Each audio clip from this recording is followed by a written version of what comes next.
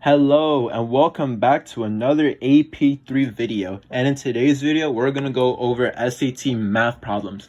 More specifically, we're going to go over right triangles. It is to mention that when it comes to right triangles, there's a lot of theorems and formulas that you should know in order to solve a question in less than 2 seconds. I kid you not, there's so many questions in the SAT that revolve around geometry, and especially right triangles. If you know your theorems for one question, you're going to get another one that's either similar or alike, and you can get that correct. So if you know your theorems and your formulas, you're going to be okay, and you're going to get that 800 and that score that you really want. So that's what we're going to learn today. We're going to learn hard problems, but understand the concept of it. Let's go. The question shows the following. In the right triangle shown, what is the length of PQ? What are we given right here, right now? We're given that PQ, we don't know, obviously, because it says what is the length over here. So we can draw a quick little question mark right here. What are we given? We're given that the angle of R equals 30. So R equals 30. And we're given that the length of QR equals 8. QR equals 8. So you might be asking, what possible way are we able to find PQP? The best way to solve it is using a little thing called SOHCAHTOA. Now you might be asking, what is SOHCAHTOA? SOHCAHTOA is a little abbreviation to show sine, cosine, and tangent when it comes to a right triangle. This is important because if you know how to master SOHCAHTOA, you can easily solve this question. So SOHCAHTOA basically stands that sine equals opposite over hypotenuse. I'm going to do it different colors. Cosine equals adjacent over hypotenuse. And tangent, which I think is the most, the difficult one. Tangent equals opposite over adjacent.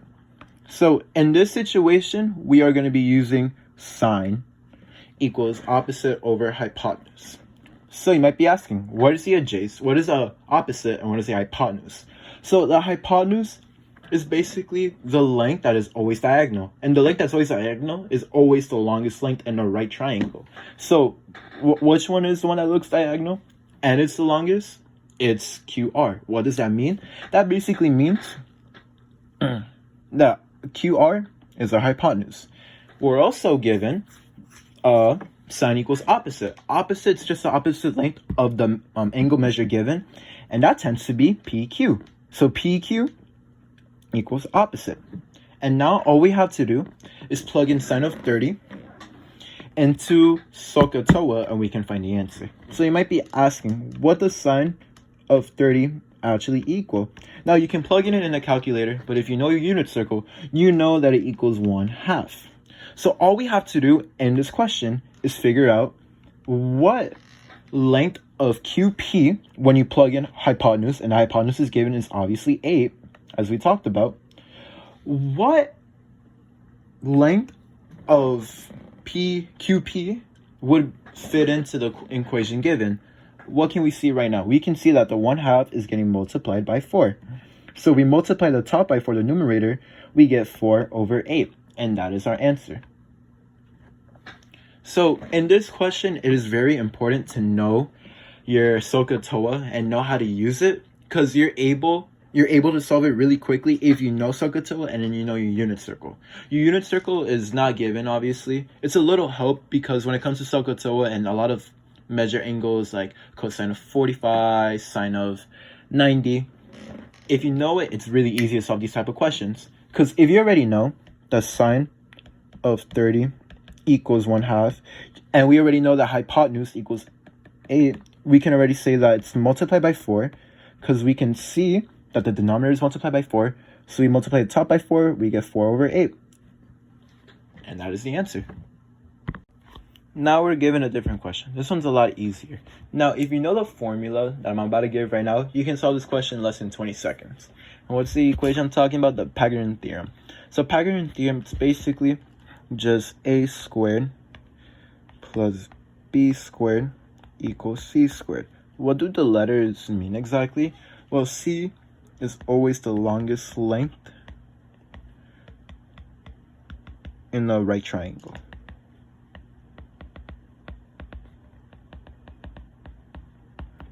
And A and B are both the other legs of the right triangle.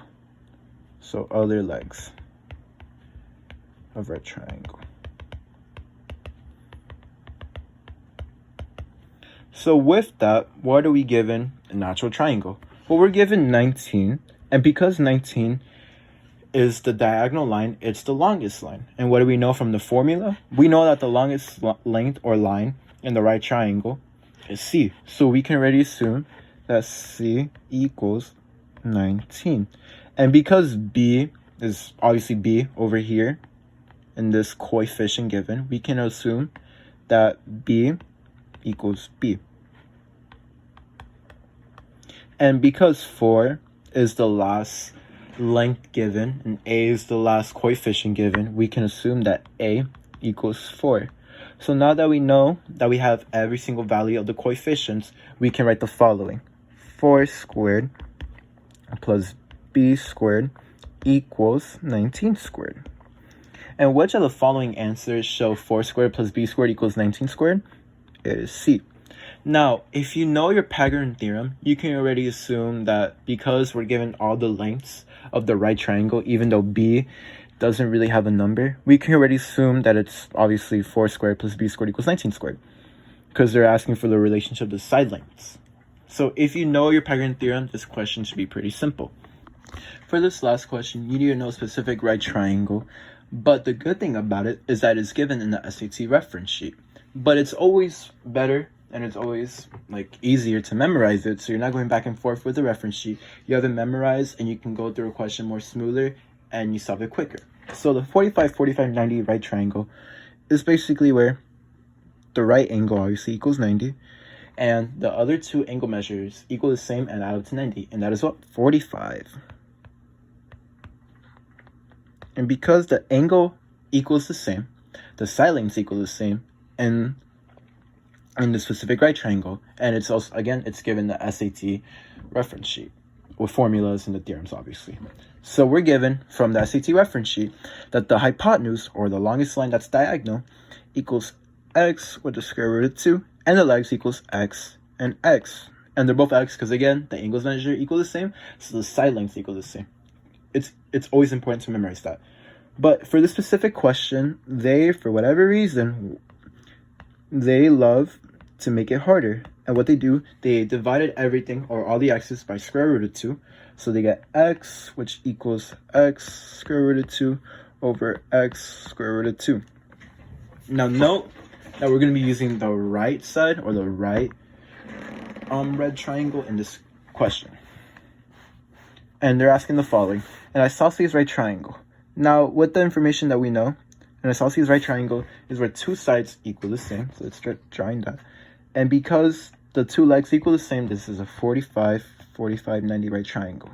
Because this side and this side equal the same, an isosceles right triangle has two sides that equal the same, and that is obviously 45, 45, 90 right triangle. And we're given the following: the hypotenuse of the length is 58 inches. Now, which triangle that we drew in the bottom shows that the hypotenuse equals 58? The red one. So what can we assume? We can assume that x equals 58. So x equals 58, and let's draw that in the green triangle. And now, because we know what x equals, we can plug that into the x square root of 2. So we get 58 with the square root of 2 in the bottom, and we get 58 with square root of 2 in the bottom. Now, if we add up both of them, we add 58 plus 58 with the square root of 2. It equals 16, and then 116 over square root of 2. The problem is that none of them equal 1 over 16 square root of 2. So what can we do to easily find the answer to this question? It's simple. I'm going to draw them peak on this side. So we're going to get 116 over square root of 2. And we're going to multiply it, both sides, by square root of 2 over square root of 2 to cancel out the square root in the denominator. So we get 116 with the square root of 2 and square root of 4. But wait, isn't the square root of 4 2? And the answer is yes. So it's just 2. So 116 square root of 2 over 2. And because 1 over 16 is multiplying square root of 2, we can write 116 over 2 multiplied by square root of 2. And because 1 over 16 over 2 equals 58, we can assume that equals 58 multiplied square root of 2, and it's just 58 square root of 2. And that is the both legs equal. And because we're missing that hypotenuse, the answer is 58 square root of 2 plus 58. And the answer is, obviously, as shown, C. Now, D would be correct, but because we had to divide the denominator by square root of 2, we get 58 with square root of 2.